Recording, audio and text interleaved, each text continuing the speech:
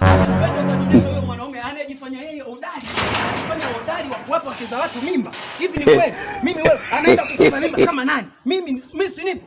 Kwa nini usingepokea mimba yangu mimba yako ukapokea mimba yake? Twende. Usiniletee wenda azimu mimi hapa. Twende onesha wewe nini kitu kama Lesi Wanyika. Kwa nini wewe? Yaani unakuwa bwana nina muda wa kwenda kufanya kazi huko bwana. Taratibu. Usiniambie taratibu, unanikela unaniuzi. Asa nakukera wapi? Twende ukanionyesha. Unanichelewesha juu. Hatufiki tu.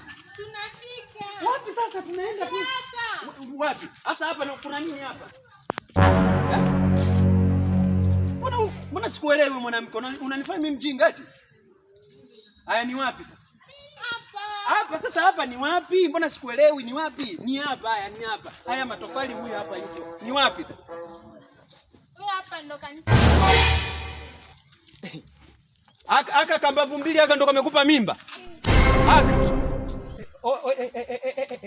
Kaka. Samahani. Kwa hiyo blaza, ngoja. Kwa hiyo hivi unajua madhara ya kutia wake za watu mimba? Mama yangu. Game over. Blaza, mimi aliniambia hajaolewa, hana mume. Hakuna. Ya nini? Na nimeweka hela zangu nyingi humu. Yaani humu unajitaka au jitaki? Hivi blaza ukiniangalia nilivyovaa hii kanzu unaweza ukanichukulia kama ni mtu gani? Ni askari, trafiki, sijui nani? Wake za watu, si ndio? Sasa blaza ngoja nijistiri kwanza alafu ndo tuongee. Naona shehe labda umekosea eneo. Wewe. Ni huyu mbuzi mwenzio? Si ndio huyu? Basi ngoja nikuoneshe madhara ya kuwapa wake za watu mimba. Acha wewe, wewe. Acha. Blaza, amna bwana.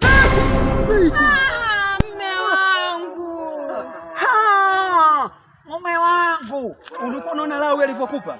Sasa hivi wewe bwana, hiyo ile wewe, alafu huyu muone kama kituo cha polisi. Bas.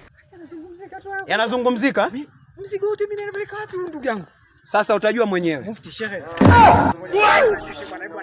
Bwana ndugu yangu. Hilo ni funzo. Hiyo ni funzo. Ongoza twende.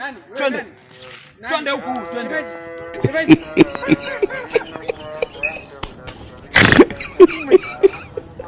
Lalu bobo. Wajib faham itu.